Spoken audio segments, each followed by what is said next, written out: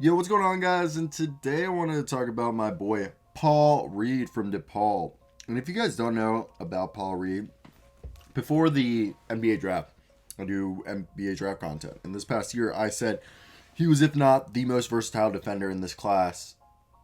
And I think he was the second best. You could argue that Isaac Okoro was a little bit better. And I still think they're pretty neck and neck. I think Paul Reed was more versatile, while Isaac Okoro reminded me more of like an Andre Iguodala style defender. I think Paul Reed legitimately can guard a center, a power forward, a small forward, and some shooting guards. I actually really do believe that. And this past game, he played 10 minutes, got 10 points, and 9 rebounds in those 10 minutes. Okay? If you guys don't know, if he had played 30 minutes, he would have 30 points and 27 rebounds to go with 2 blocks, 1 steal. And this is a cat that, if you guys didn't see his G League stats, he was insane. In the G League this past year, his totals were absurd. He's 6'9", 210 pounds, and he played, waiting for them, 22 points a night, 11.8 rebounds, 2.3 assists, and those were only in 3 games, you could say, and he shot 35% from 3, 5.5 attempts. And this is a guy that went to DePaul, played for 3 years, and was a double-double guy in his last year, had 2.6 blocks per game, 1.9 steals, and if you see out there, really good disrupting, passing lanes. He's the type of cat that believes defense first and rebounding is the most important thing to do. Then he worries about the scoring, and when he does worry about scoring, he chooses to do the most efficient shots and like just be an effective player. He just cares about being effective, and I love that about him. And I think this is just such a great pickup by the Philadelphia 76ers. They got him as for a steal draft. Honestly, if they redrafted, he'd be a first-round pick. And in the last 6 games, yeah, he's only been playing 3.5 minutes a night.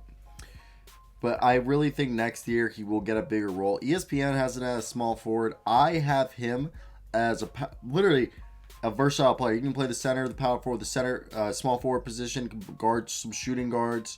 And the reason is because when he was a freshman in high school, he was 6'2". By junior year, he was 6'6", and by the start of his senior year, he was 6'8". And he averaged his senior year 18.2 points per game and 11.5 rebounds.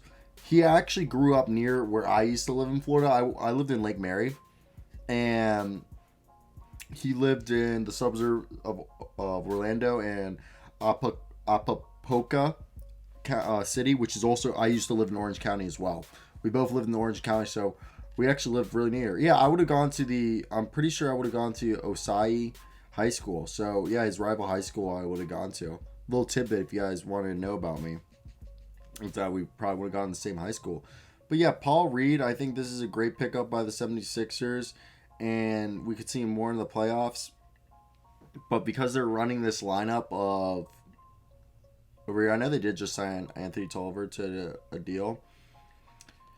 So if you look at the depth chart, I really think you could replace Mike Scott in the second unit. I think the idea of Dwight Howard and Paul Reed really gets me excited. Paul Reed backing up Tobias Harris. I like that. I think he would provide a bigger boost than Mike Scott does at this point on both sides of the floor. I honestly feel like that. Maybe I'm wrong, but I think that's a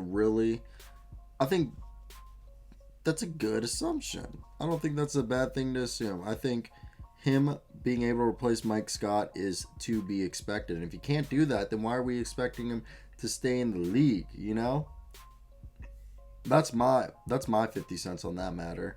How do we expect this cat to be an NBA player if we don't expect him? I think he can replace. So if you guys don't think he can replace Mike Scott, then we can't have high hopes on Paul Reed. I have high hopes. I shoot for the stars. I don't look at the gritty stuff. I don't even know what I'm trying to say. This is the end of the video. Let me hear. They're going to be great. Really.